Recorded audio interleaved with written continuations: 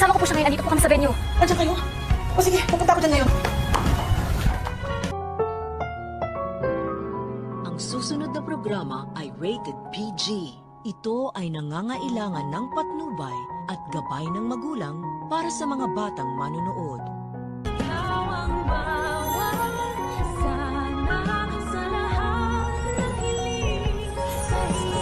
Pwede naman na magstay ka muna para kasayin natin yung mga bata.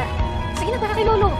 Habang hinihintay nga natin ang tuluyang pagkagising nitong si Lolo Pepe upang mapirmahan niya na ang kanyang ginawang bagong last will and testament na hindi na nga kasama itong si Zoe, ay busy naman itong si Giselle sa pakikipaghabulan sa kanyang anak na si Justin. At lalo pa nga siyang mawawala ng pag-asa na makasama ang kanyang anak dahil mababalitaan niya kay Ubeng na ito pala'y papalipad na ng Amerika. Kaya naman galit na galit si Giselle sa kanyang kapatid dahil bakit daw hindi nito sinabi sa kanya agad na ang kanyang anak pala ay may balak ng umalis ng Pilipinas kasama ang kanyang tatay na si Eric. Yun nga lang, sa halip na palakasin ni Robert ang loob ng kanyang kapatid ay sisisihin niya pala ito. At parang pinapahiwatig ni Robert kay Giselle na mag-move on na lang ito. At tanggapin na lang ni Giselle na hindi daw talaga siya kayang tanggapin ng kanyang anak. Maya-maya na may tatawag si Annalyn kay Giselle upang ipaalam ang Christmas party ng mga bata na kailangan ng presensya niya doon dahil nga wala si Lolo Pepe na nag-organize nito. Parang wala pang hangganang pumunta si Giselle doon dahil nga mas gusto niyang makita ang kanyang anak na si Justin. Pero nang mabanggit na ni Annalyn kay Giselle na kasama niya ang kanyang pinsan na si Justin, ay dito na nabuhayan itong si Giselle. Kaya naman halos magkandadapa-dapa sa pagmamadali itong si Giselle